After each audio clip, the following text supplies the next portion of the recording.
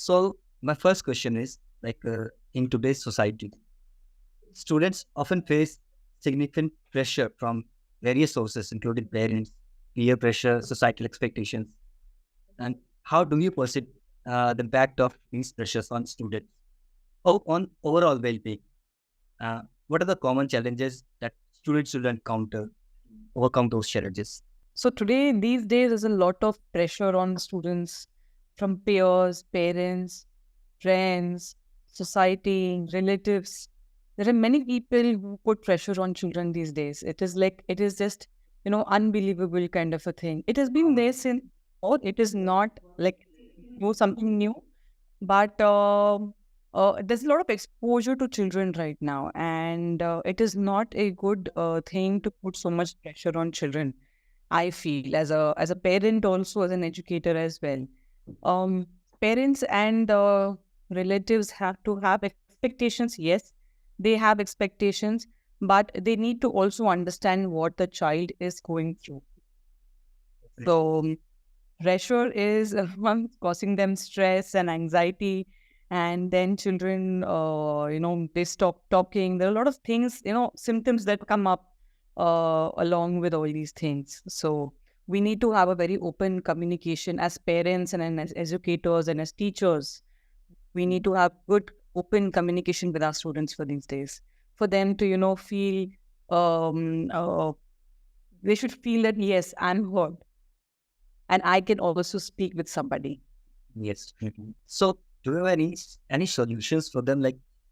What should they do to overcome those challenges? Like, this is mental thinking. They are not much of a guidance for them, whether in their school or somewhere else.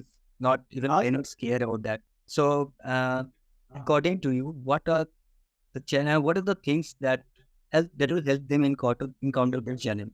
So I've been doing this a lot at my school as well. So where I feel as a parent and as an educator, we feel that, and as a school, we feel that the uh, training or the facility should start with training our parents and teachers first.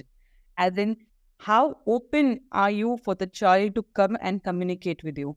How do you look at, how do you make yourself uh, visible to a child, as a parent also, or as a teacher?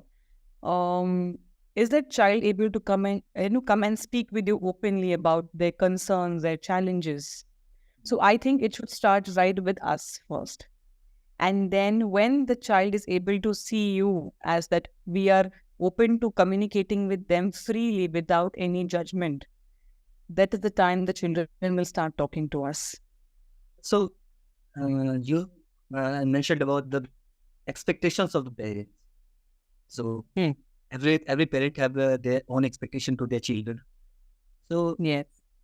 why does please explain about why expectations exist and what are the ways? Not it's not like that question.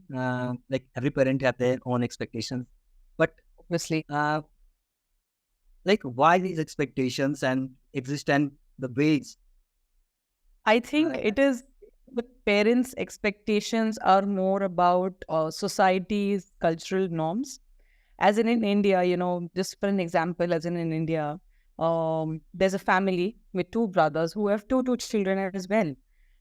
So the elder brother's children have been engineers and doctors. So the younger brother also expects from his children that, okay, now my kids also have to become an engineer or a doctor. It's like that, when one sheep goes in one direction, the flock of sheep follow it. It's that kind of a culture we used to have in India, and somewhere in very India, common over here. it's very common and it's still there also.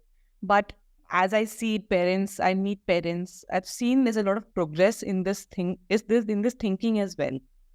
Parents are open to listen to their children, look at what their interests are. Because I don't feel any career is limited to being a doctor or an engineer.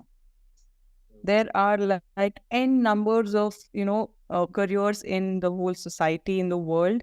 And As a school, we need to cater to those required skills. Yes, definitely. There was a time when there were limited technology and limited kind of things that students can pursue for. But nowadays, there are a lot of things. Technology has changed. They have gone advanced. AI, and not only AI, not talking about only AI, but there are various kind of things that students can go opt for. There's a question like right now, students after 10th, they just go for IIT or NEET examination or something like those exams, those competitive exams. And if they fail those examinations, they think that their life is over. Why do they over romanticize in India, especially in India? Why is this so over romanticized? What are the reasons behind? I feel that these exams are good. I'm not going to say it's bad. It is good, but only for those children who have interest in those fields. No, I'm talking about over romanticizing, like uh, the advertisements. If you cleared, not even the advertisement about the society as well. If you have passed those examinations, the society will respect you, and if you are failed, then society will like treat you in some other ways that you won't like. So why is this over romanticizing? It's like a culture that has become, developed in India slowly, and IIT JEE is like, it's like a huge deal because there's a thought process in everybody that if you clear this examinations, you'll get into top colleges. If you get into top colleges, you'll have a better career or a good job, kind of a thing.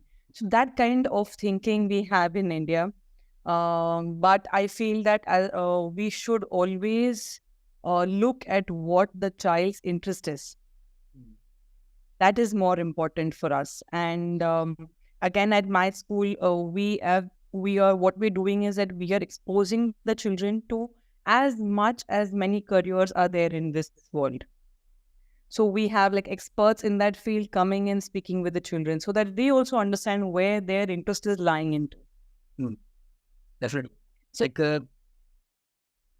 Like in many educational systems, students often find themselves uncertain about their career choices, leading yes, to potential wrong decisions. Sometimes they take wrong decisions. So when students make a misstep or face any failure due to these uncertainties, due to lack of wrong decisions or something, so what support systems and guidance should be in that place to help them and navigate their challenges effectively? all right. So what we do at TAS is that we've been planning a program for our children wherein we do give career counseling at school as well, wherein our career counseling starts with exposure to different careers. But we are also coming up with a program where the career counseling is going to start right from fifth grade onwards. Why fifth grade is because fifth grade to fifth, sixth, seventh, eighth is with along with the parents and then with the children. Because you're choosing a career path, you need to have everybody on board for it. Because if the parents are not convinced, the child must be convinced with one certain career path that he wants to go to. But if the parents are not convinced, they will not, they will, or they will be a little disappointed with the child going towards it. It won't be wholeheartedly. So at schools, I feel that we should have a very good career counseling program wherein which will help the children to decide on what they really want to do or what are they good at. So on this thing, somewhere the students, when they seek for help for mental health when it's a concern, like you mentioned about career counseling and all those things. So for the student who seek help from for mental health, feels daunting, somewhere daunting. Like the society will treat them not as regular person. So what resources are available? Like how do you proceed with those things? How can the educators or you can reach out to support without feeling or judged or embarrassed? So, as I told you at the beginning itself, we as adults have to make sure that we are very clear to the children that we are open to communication. And in that ways, if the child is not ready to speak with the parent or with the teacher, we do in school, we have a psychologist who is always available 24/7 with our children. Along with that, my psychologist goes around in the classroom. She keeps on observing the classes and different children, if they're facing some problem, or if the teacher is coming in giving her some concerns that I'm facing such concerns with such child in my class. Why don't you come and observe the child? So she goes, she observes the child, she calls in the child, what is the problem? She speaks, because the psychologists are professional trained. So they know how to speak with any child. So this is how we take it at TAS. And also, I feel the best counselor can be a teacher. Definitely. Yes. So the what we are also we're doing is that we are training our teachers on how to counsel a child. And to keep the confidentiality also, what we have done in school is that we've placed few boxes all on every floor, wherein those boxes are only accessible to the counselor, the psychological counselor, and the principal. Only these two people can access the box. So once in a month or once in a week, they open up the box and they see some letters or any notes from the children, and then they take it forward. Definitely. In this way, they cannot be exposed in any way. Their Yes. confidentiality will be acknowledged. Yes, it's maintained. Yes, that's right. So as a student, I have a question from the student. Like, how can a student manage their academic pressure and maintain a healthy work-life balance without feeling overwhelmed? Like, what are the strategies that they can use to cope up with the stress of examinations, assignments, and other academic responsibilities, while also taking care of their mental health well-being? So there should be when you say like work-life balance, right? So there should be a balance in their academics and also in the hobbies that they like to do. They should have a nice balance. For that, they will have to do a good, you should have a nice schedule. They should do a good time management. So as a school, we need to also teach them what time management is. How can they do the time management? How can they work on their schedules? Why it is important to reach those schedules, or to complete those tasks on your schedules. That discipline has to come in. Definitely, discipline is the most important thing for a student's life. Yeah. So, with all those things, with a healthy routine life, they have to maintain a discipline for everything. Yes. They have to also rest. They also have to rest to when you rest, you reproduce your brain cells, and it helps you more. You do something in that rest, and you need good sleep also. And doing your hobbies, those hobbies are going to produce good, happy hormones in you, which is going to help you do good work as well. Definitely. When we talk about resting, taking care of our health conditions, we also deal with the other thing, that is social media era. In this era, the students are not getting much time for themselves. They are totally indulged into social media and platforms and all. The social media reels, YouTube shorts, and all those things that are that directly hitting on their mind and affecting them. So in this era, students are obviously exposed to various influences. So how are the schools and your organization help the students navigate their digital world responsibility to promote positive online behavior? And what digital literacy initiatives can be implemented? So, see, as a school, we can have good sessions for children on cyber security, which we also have in our school. Or repetition of the same thing is important, wherein you are making it a habit. The cyber security should become a habit in a child's life, so that they do not cross those lines. They need to be made aware of what is right and what is wrong on the social media as well, because you cannot get influenced. People get influenced very easily with social media.